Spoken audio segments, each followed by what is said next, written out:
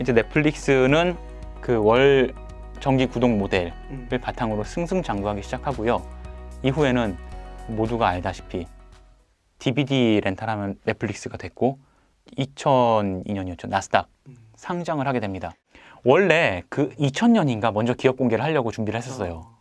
닷컴 버블이 붕괴되면서 이게 다 어그러지고 그 기업 공개 자체가 한번 무산이 된 일이 있어요. 그때 아마 랜돌프가 기억하기로는 7천만 달러에서 8천만 달러가 날아갔다고 얘기를 하더라고요.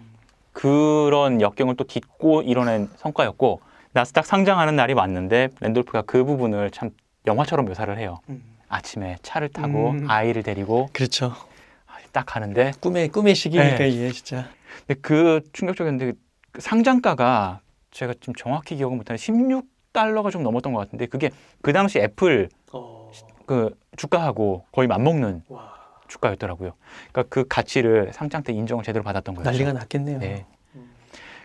처음에 말씀드렸었죠. 어머니가 25,000달러를 투자했는데 이 기업 공개 이후에 250만 달러가 됐고 투자자들이 돈 방석에 앉은 거죠. 마크 랜돌프 본인도 스톡옵션 대부분을 떼주긴 했지만 이걸로 인해서 평생 돈 걱정은 할 필요가 없는 사람이 돼요.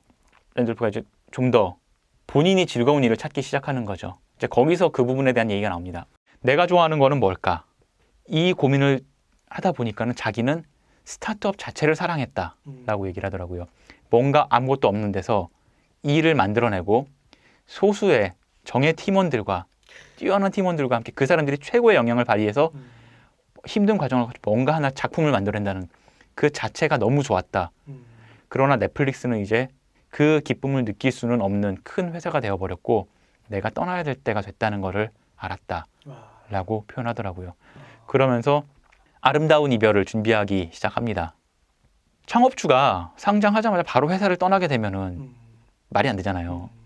그래 놓으니까 기업 공개 일정을 잡아놓고 그 전에 꽤 긴 기간 동안 계획을 짜서 넷플릭스 경영 업무에서 조금씩 발을 빼기 시작해요. 그러니까 직함을 조금씩 바꾸고 담당 업무를 바꾸는 식으로 해서 상장할 당시에는 랜돌프가 빠지더라도 회사에는 아무런 타격이 없게 되는, 그렇게 생각하면은 완벽하게 헤이스팅스를 체제로 넘어가는 거는 나스닥 상장 시기나 아니면 그 조금 전 이 즈음으로 보면은 크게 다르진 않을 것 같습니다.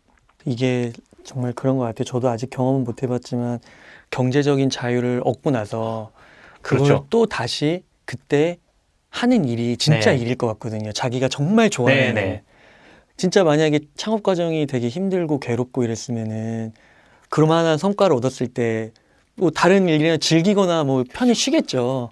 근데 다시 또 그렇게 갔다는 게 또 대단하고. 그러니까 본인 말대로 물론 이 책은 랜돌프 1인칭 시점에서 쓰여진 책이고 본인의 행동과 말과 행동에 대해서 본인 기준으로 얘기하다 보니까 다 악의가 맞을 수밖에 없지만 굉장히 말과 행동이 일치하는 사람이라고 보여요. 스타트업을 사랑한다고 했고 어릴 때부터 그 경향은 쭉 있어 왔고 실제로 이 일을 넷플릭스라는 대업을 이뤘을 때 또 다른 일을 찾아서 떠났다라는 거. 그것도 맞고 또 아까 스텝 2는 네. 약간 이제 기존 기업 어떻게 보면 1단계를 밟아온 기업을 더 크게 키우는 거잖아요. 네. 이제 기하급수적으로 네네. 이제 글로벌로 가는 거잖아요. 근데 어떻게 보면은 이제 랜돌프는 자기 스스로가 이 스텝 2보다는 네. 스텝 1의 단계에 있을 네. 때 더 최적화된라고 봤고 또 내적인 만족도 그게 더 컸던 네. 거고 그러니까 또 이제 말씀하신 대로 스타트업 자문 이런 쪽으로 다시 커리어를 이어가는 거고. 정확하게 그 내용이 나오거든요. 본인 스스로 스타트업에서 느꼈던 그 땀내나고 열기 풀풀 올라오는 그거에서 짜릿함을 느꼈고, 그런데 자기는 회사가 커졌을 때 숫자 노름하는 거는 역량이 부족했다. 나는 그건 못한다. 그리고 헤이스팅스는 그 부분에서는 탁월했고 천재였고 여기서 잡스에 버금갈 만한 천재라는 말이 또 나오더라고요. 두 사람의 관계는 볼 때마다 신기하고 참 대단하다는 느낌이 들고, 그러면서 그 랜돌프가 책 말미에 그런 말을 써요. 내 자랑 같지만은 나는 이런 일을 정말 잘한다라고 표현해요. 스타트업을 키우는 일. 그래서 그 넷플릭스에서 이 모든 경험을 살려서 이제 세계를 돌면서 그 스타트업들을 키워내는데 멘토링을 해주고 같이 공동 창업자로 들어가서 회사를 만들어내는 그런 역할들을 하면서 지금 살고 있죠. 그리고 그 경험들을 살린 이 책이 이제 작년 9월에 미국에서 출간이 된 거고요. 그러니까 이게 진짜 창업하는 사람들은 무조건 읽어봐야 되는 책이네요. 네. 그리고 이런 거를 정말 좋은 게 이거 이제 처음부터 끝까지를 한번 보잖아요. 그러면은 이걸 읽고 나서는 함부로 창업하면 안 되겠다라는 생각도 할 것 같고 이만한 노력을 해야 되는구나. 네. 그러니까 그 화려함 뒤에 얼마나 그 피땀 눈물이 서려 있는지 네. 그걸 여실히 알 수 있는. 넷플릭스가 그 닷컴 버블이 붕괴된 다음에 구조조정을 혹독하게 합니다 한번. 그것도 나오죠. 예. 그때 직원의 반 정도를 쳐내야 했는데 그것도 너무 슬프잖아요. 근데 정말 읽는데 와 찡하더라고요.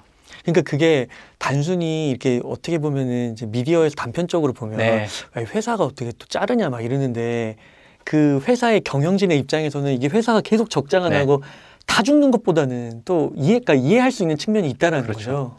그러니까 저는 한 번도 그 입장이 돼본 적이 없으니까 저는 그 근로자의 입장에서 항상 생각을 하거든요. 그러다 보니까는 이 부분은 회사가 잔인하다라고 사실 우리 사회에서 항상 보는 광경이잖아요. 근데 물론 저도 해당될 수 있지만은 이걸 보면서 한 번쯤 그렇게 생각할 필요가 있겠다 생각하는 게 무조건 네가 옳고 내가 나쁘다 이렇게 생각할 게 아니라 왜 이런 상황이 되어야 했는가. 결국은 신뢰 문제인 것 같아요. 직원들이 회사를 믿을 수 있고 회사는 직원들을 저버리지 않는다는 그 신뢰감. 근데 아까 인간미를 말씀드렸는데 그 부분에서 사실 마크 랜돌프가 탁월했던 것 같아요. 그 정리해고 부분에서도 직원들을 만나면서 다독이는 부분이 나오는데 한 직원이 그렇게 퇴사하면서 나가면서 랜돌프한테 와가지고 그런 말을 해요. 나보다 사장님이 더 힘들 것 같아서 왔다. 그래서 나는 이렇게 가지만 그냥 보란 듯이 멋지게 성공해 주세요 라는 말을 남기고 나가더라고요. 그걸 보는데 포장이 됐더라도 멋있다 이 느낌이 들었었어요. 이 책에서 얘기하는 마크 랜돌프의 성공 비결, 뭐 넷플릭스의 성공 비결이기도 하겠지만 그보다는 마크 랜돌프 개인에 좀 초점을 맞춰보자면요. 방금 한 얘기에서 연장이 돼요. 정리해고 얘기했잖아요. 마크 랜돌프가 그 정리해고에 대해서 평을 하는데 정말 피눈물 나는 어려운 결정이었지만 이거는 힘든 한편 용기에 가까운 일이었다라는 표현을 하더라고요. 그러면서 그 전에 무슨 얘기를 하냐면은 정리해고를 따개비 긁어내는 작업이라고 했었어요. 큰 배가 먼 바다를 다니는 큰 배는 다니다 보면은 배 밑둥에 따개비가 그렇게 붙는데요. 근데 얘를 제때 긁어내지 않으면 이게 배의 운항을 방해해서 배가 움직일 수 없게 되는 그걸 주기적으로 긁어내는 작업을 한다 그러더라고요. 넷플릭스는 그 작업이 필요한 순간이었다라고 해서 그 다음에 이어지는 말이 정말 처절하게 치열하게 집중해야 됐다고 표현하거든요. 그러면서 마크 랜돌프가 몇 번 안 되는 말인데 스타트업은 이래야 된다고 직접적으로 여기서 표현하는 게 집중하라. 그것이 스타트업이 성공하는 비결이다. 라고 직접적으로 얘기를 해요. 이 집중에는 뭐가 들어가냐면은 시작은 지금 뭐 정리해고로 얘기했지만 이건 이제 인력에 대한 집중이겠죠. 그보다는 넷플릭스의 성장 과정은 이 집중의 과정이었다. 그러면서 이 집중은 뭔가 계속 덜어내는 작업이었다라고 얘기를 하더라고요. 그 덜어내는 작업은 첫 번째로는 DVD 판매와 대여 사업을 같이 하고 있을 때 당장 수익이 나는 판매보다는 가능성 있는 대여를 남기고 이걸 걷어내고 그 다음에 DVD 렌탈 사업 때는 3가지 모델을 가져갔다 그랬잖아요. 그중에 정말 핵심이 돼야 할 월간 구독 모델을 남기고 나머지를 걷어내는 작업 그리고 구조조정까지 그리고 좀 확대 해석하자면은 본인 스스로도 걷어낸 거죠. 어떻게 보면은.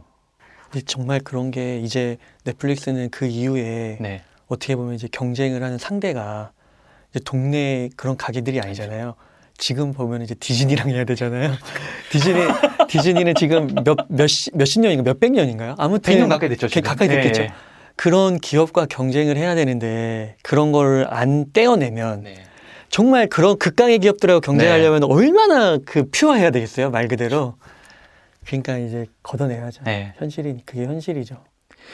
참 이게 성공적이었다고 생각하는 거는 그 이사님은 넷플릭스라고 하면 가장 먼저 뭐가 떠오르세요?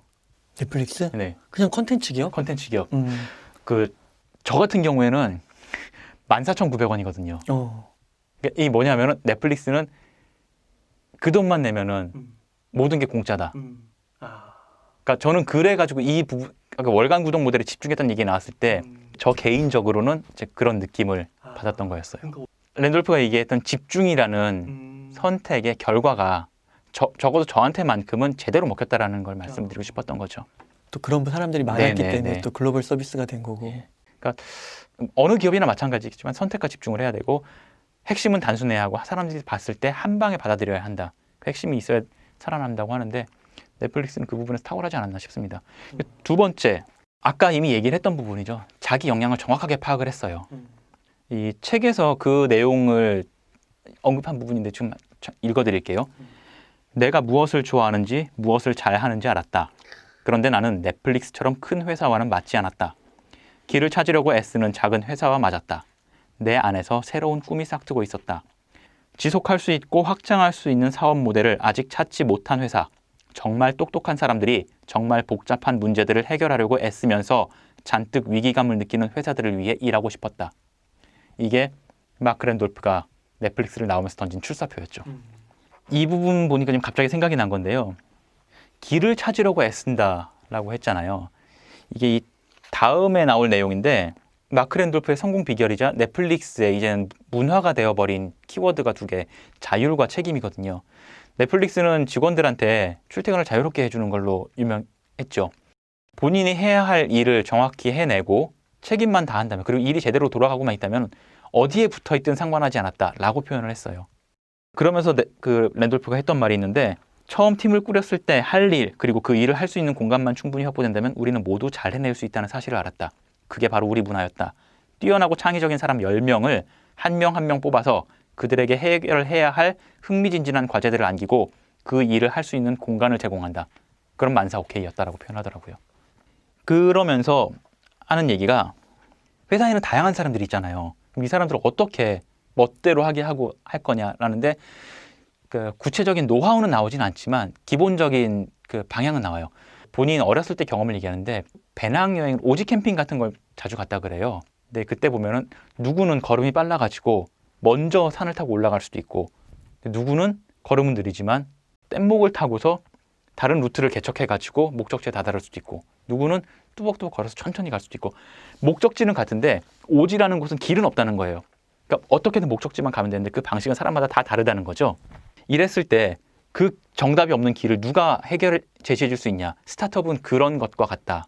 스타트업의 리더는 그 길을 제시해 줄 게 아니라 목적지만 보여주고 글로 오라고 방향을 제시하는 사람이 리더다라고 얘기를 하더라고요. 그리고 이 사람들이, 그럼 누구는 빨리 오고 누구는 천천히 오는 거는, 빨리 온 사람은 힘이 들 테니까 와서 먼저 그 털을 닦아놓고, 천천히 온 사람은 천천히 와서 털을 닦아놓은 사람이 힘들 테니까 그 사람이 잠깐 물러나서 털을 이제 사이트를 만들고, 이런 식으로 그 각자 잘하는 역할, 할 수 있는 일이 다르다라는 거죠.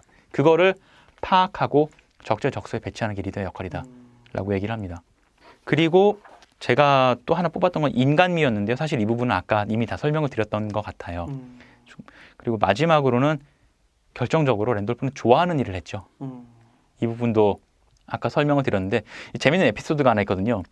넷플릭스 아이디어가 처음 나왔을 때 사람들이 비디오를 렌탈해준다는 얘기를 들었을 때 그 마케팅 담당자가 그런 얘기를 했어요. 세상에 누가 시애틀에 잠 못 드는 밤을 다시 보려고 일주일이나 그걸 기다려서 받으려고 하고 있겠냐. 현실성이 없다라고 했을 때 라크랜드 삐져가지고 나는 평생도 기다릴 수 있어 이러거든요. 그러니까 나는 이게 너무 좋은 거예요. 그러니까 이 아이템을 계속 발전시키고 싶은 거죠. 그러다 보니까는 장애물이 있을지언정 끝까지 추진할 수 있었던 그 끈기, 저돌성, 아까 저희가 얘기했던 책 제목이네요. 네. 절대 성공하지 못할 거야. 그 힘은 내가 좋아하는 일이니까. 거기서부터 나온 것 같습니다. 아무도 모르기 때문에. 그렇죠. 음. 이 책을 추천을 해드리는 이유라고 할까? 제 말보다 책에 랜돌프가 이 책에서 얘기하고 싶은 거를 정말 한 문장으로 딱 정리해 놓은 게 있어요. 그 부분 읽어드릴게요. 넷플릭스에는 그보다 좀 더 복잡한 이야기가 담겨 있다는 사실을 이 책으로 보여주면 좋겠다. 또한 이야기가 얼마나 유용할 수 있는지도 보여주면 좋겠다. 사람들의 마음을 단번에 사로잡으려면 이렇게 긴 책으로 창업 이야기를 설명해서는 안 된다. 짤막한 문장으로 만들어야 한다. 리드가 자주 되풀이하는 넷플릭스의 탄생 이야기는 기업 이미지를 위해 멋지게 포장한 것이고, 나는 그것에 대해 전혀 아쉬운 마음이 없다. 그게 거짓말일까? 아니다. 이야기다. 기막힌 이야기다. 랜돌프와 헤이스팅스의 관계를 기가 막히게 정리를 했고요. 그리고 이 책을 쓴 랜돌프의 모든 진심이 이 구절에 다 담겨 있는 것 같아요. 이 책을 제가 마감 때 받아가지고 그 스트레스를 받은 상태에서도 기분 좋게 연료를 제쳐두고 작업할 수 있었던 원동력이 있었던 것만 봐도 네, 재미는 제가 보장할 수 있습니다. 그러니까 읽는 순간 이게 누군가는 영화를 하고 있을 정도로 그렇게 생각이 들 정도로 네, 이 머릿속에 잘 그려지면서 술술술 익힌다. 네. 많은 분들이 읽고 또 네. 이런 그런 감동과 재미를 또 느껴보시면 좋겠네요. 네.